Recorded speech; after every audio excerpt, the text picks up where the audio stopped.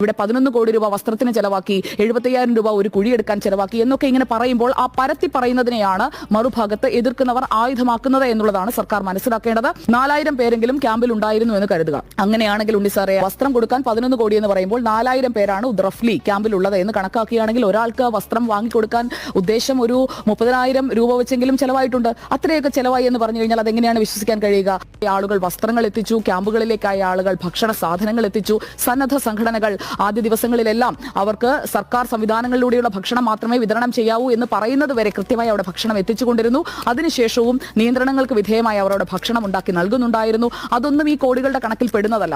സഹായങ്ങളെക്കുറിച്ച് എന്താണ് റിക്വയർമെന്റ് എന്നതിനെക്കുറിച്ചൊക്കെ ജില്ലാ collector post ചെയ്യുന്നതിനനുസരിച്ചാണ് ആളുകൾ അവിടെ സാധനങ്ങൾ എത്തിച്ചുകൊണ്ടിരിക്കുന്നത്. പഴയ വസ്ത്രങ്ങളൊക്കെ ആദ്യഘട്ടത്തിൽ കൊണ്ടുവന്നപ്പോൾ അത് വേണ്ട എന്ന് പറയുന്നതും അതെല്ലാം മാധ്യമങ്ങൾ റിപ്പോർട്ട് ചെയ്തതാണ്. ഡിജിറ്റൽ ലോകത്താണ് നമ്മൾ ഇന്ന് ജീവിക്കുന്നത്. ഈ പറയുന്ന കാര്യങ്ങളെല്ലാം ആർക്കൈവിലുണ്ട്. ജൂലൈ 30 മുതൽ ഇന്ന് വരെയുള്ള കാര്യങ്ങൾ എടുത്തു നോക്കിക്കഴിഞ്ഞാൽ